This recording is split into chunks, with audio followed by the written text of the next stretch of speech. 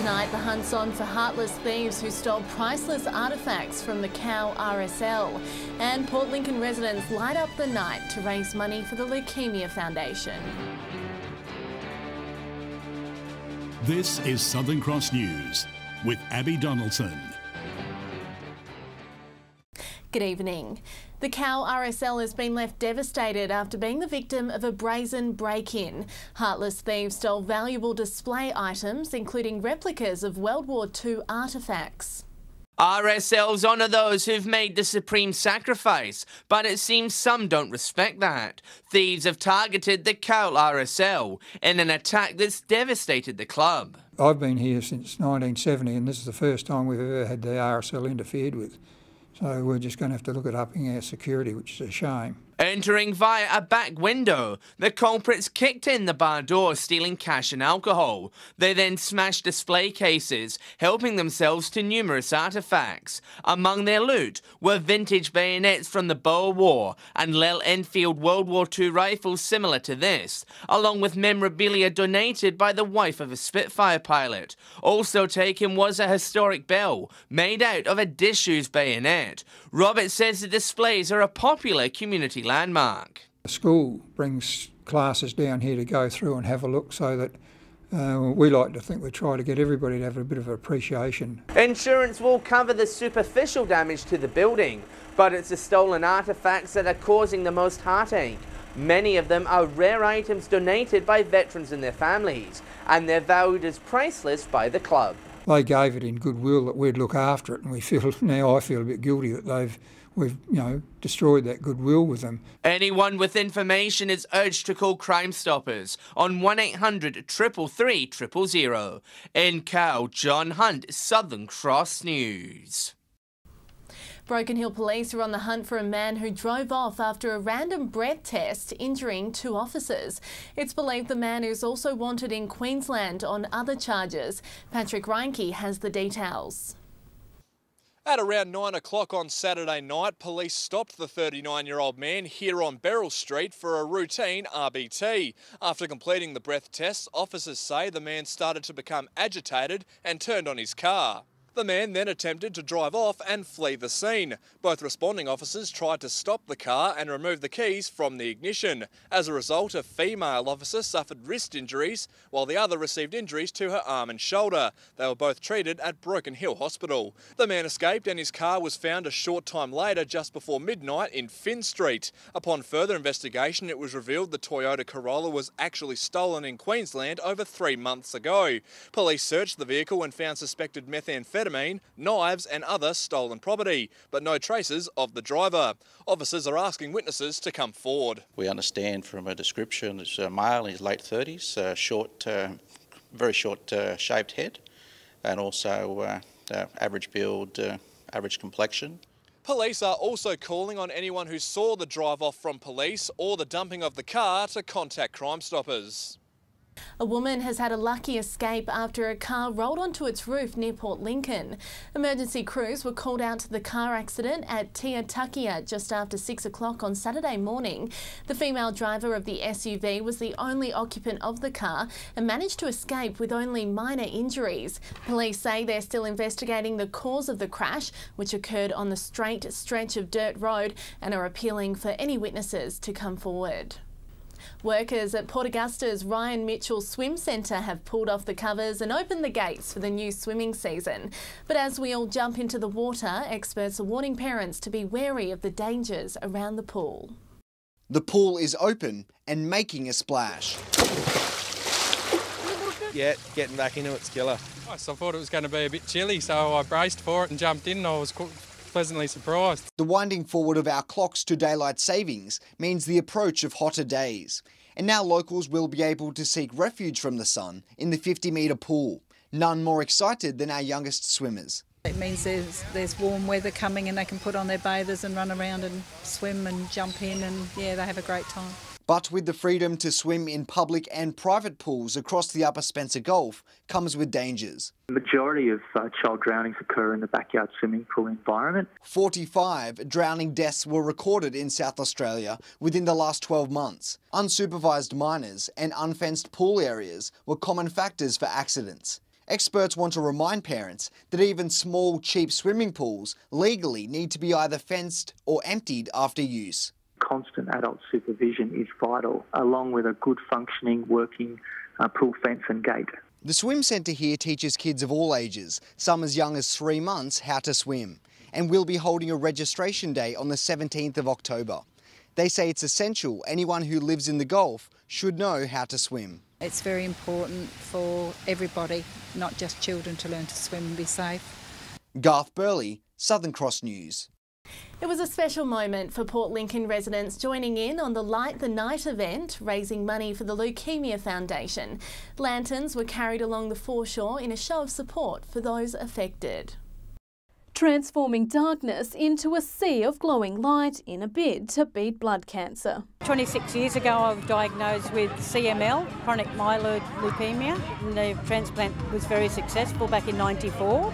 So I'm one of the lucky ones. But not everyone is as lucky as Sian, and on Friday night the Port Lincoln community came together to show those impacted by leukaemia are not alone. Everyone has a story that hits close to home, whether it's a personal journey for themselves or friends or family. So it's really important for community events like tonight, just so the support is there for everyone. For young Danielle, who organised this year's local Light the Night, it was an emotional moment in memory of someone very special to her.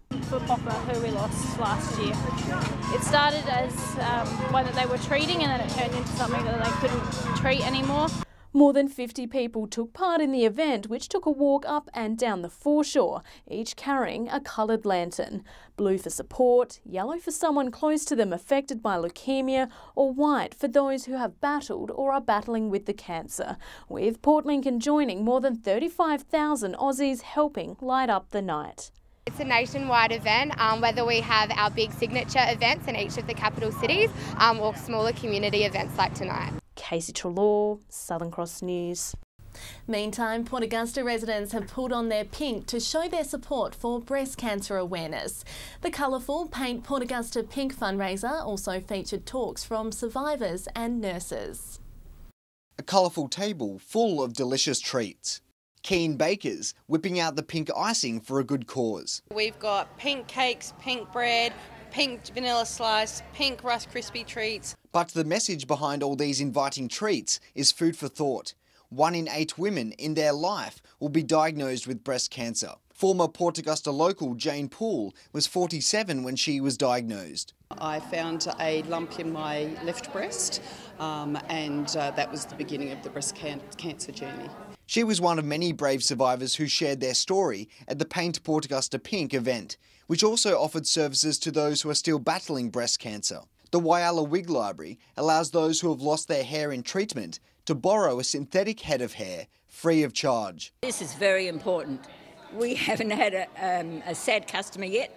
We've got lots of tears, I might tell you, but there's also lots of laughter as well. The Pink Day raised over $1,500 for the National Breast Cancer Foundation, but organisers say the event's real value is in the message: to get your 2 yearly mammograms and check your breasts. Extremely important, and you know what, no one knows your body like you know your body. Garth Burley, Southern Cross News. Still to come tonight, Mental Health Week gets off to a colourful start on the Port Lincoln foreshore, and how the small town of Woorabra in the mid-north is painting itself onto the map. Welcome back. Well, Mental Health Week has got off to a colourful start in Port Lincoln. Yesterday morning, local kids joined the West Coast Youth and Community Support in taking part in a colourful challenge, throwing balls of colour at each other on the Port Lincoln foreshore. It was all to raise money for a team taking part in Relay for Life later this month. Port Lincoln's Matthew Flinders Home welcomed an exciting new addition today. The retirement centre now owns a specialised vehicle to transport residents around the town. 92-year-old Peter May is used to being wheelchair-bound living at Matthew Flinders' home, but the kind support and donation of a specialised vehicle means he can now explore the local community around him. Well, I think it's wonderful, because especially when I can't walk or I can get here and go places. Peter's wife and sister also live in the home, and he's already got some places in mind he'd like to visit. I'd like to go to Cummins or Elliston.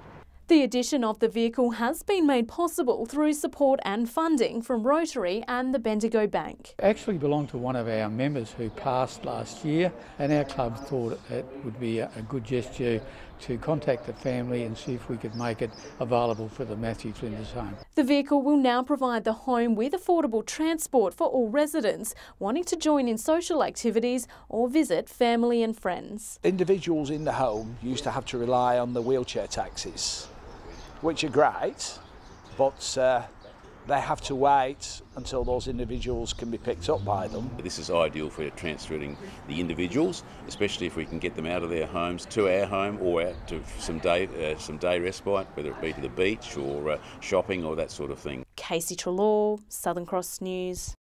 The small town of Warrabra is painting itself onto the map through the Silo Art Trail. The painting is shrouded in secrecy, but locals are beginning to suss out what the artwork is going to be. Warrabra's new silo art installation looks to be a tourism masterstroke. The blank facade of the town's silo is currently undergoing a transformation, and stroke by stroke, the picture is starting to take shape. We have our artist, Smug, also known as Sam.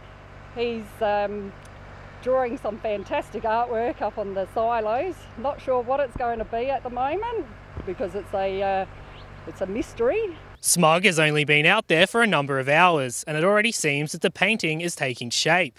It's hoped the silo will be a major tourism drawcard and help the struggling town gain more recognition. Members of the town excited about what it may do for the community. If people come to see the silos, we're hoping that they will walk through our arboretum, which is really beautiful. It's really maintained and there's lots of wire sculptures. When completed, the Warrabra installation will join the Silo Art Trail, which spans across Victoria all the way to the heartland of South Australia. Locals are confident that this new mural will give commuters and holiday goers another reason to stop in their town. Dominic Beaton, Southern Cross News. Can't wait to see it finished. The development team behind Broken Hill's multi-million-dollar Jubilee Oval upgrade say they will make sure no sport is affected by future construction. The team will sit down this week to map out how the work will be carried out. It's the home of Broken Hill Footy, a cracking venue for cricket, and can host a number of other sports. The $2.5 million for the upgrade of Jubilee Oval will go to good use. We're going to meet in the next week or so. We will go through step by step, stage by stage. New LED lighting, an improved grandstand and new women's change rooms are just three of several upgrades planned at the Jube. The concern is, though, with all this work happening, will sport at the Oval be hindered? We want to make sure that no sport is impacted, no sport misses out. Now, we believe it's going to take about 12 months to get where we want to be.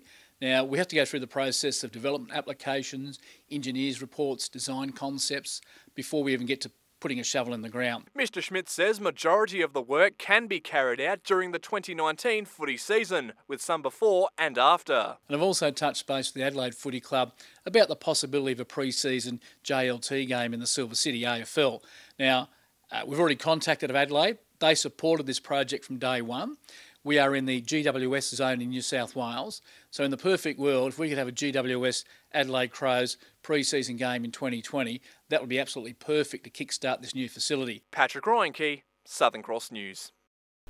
Well, the football season may be over, but lovers of the game have an opportunity to strap their boots on in the off-season.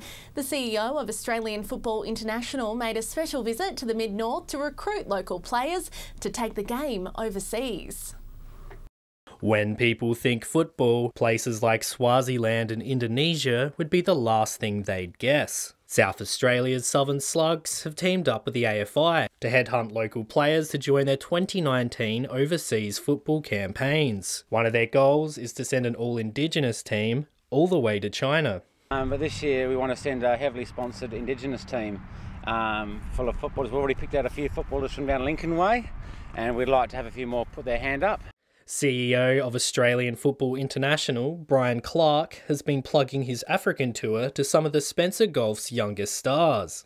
People come from regional areas throughout Australia in the past on convicts tours, and one of the reasons they've said to me is just the chance to go and see the big wide world. get out from a small town. It will allow players to travel to unique locations and teach other countries the rules behind our uniquely Australian game. It's a chance for locals to rub shoulders with some of the footy greats.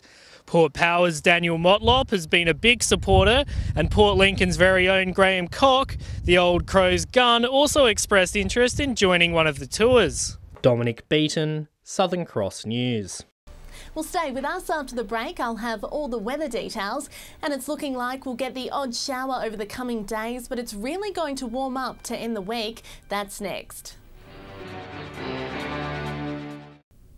Welcome back. Now it's time to take a look at what's happening in the weather.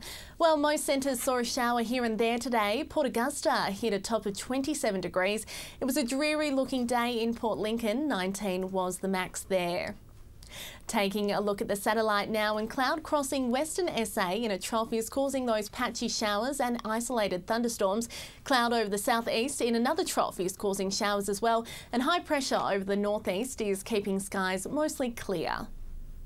On the waters for your Tuesday, southerly shifting southwesterly winds up to 15 knots, seas at 1.5 metres with a south-southwesterly swell.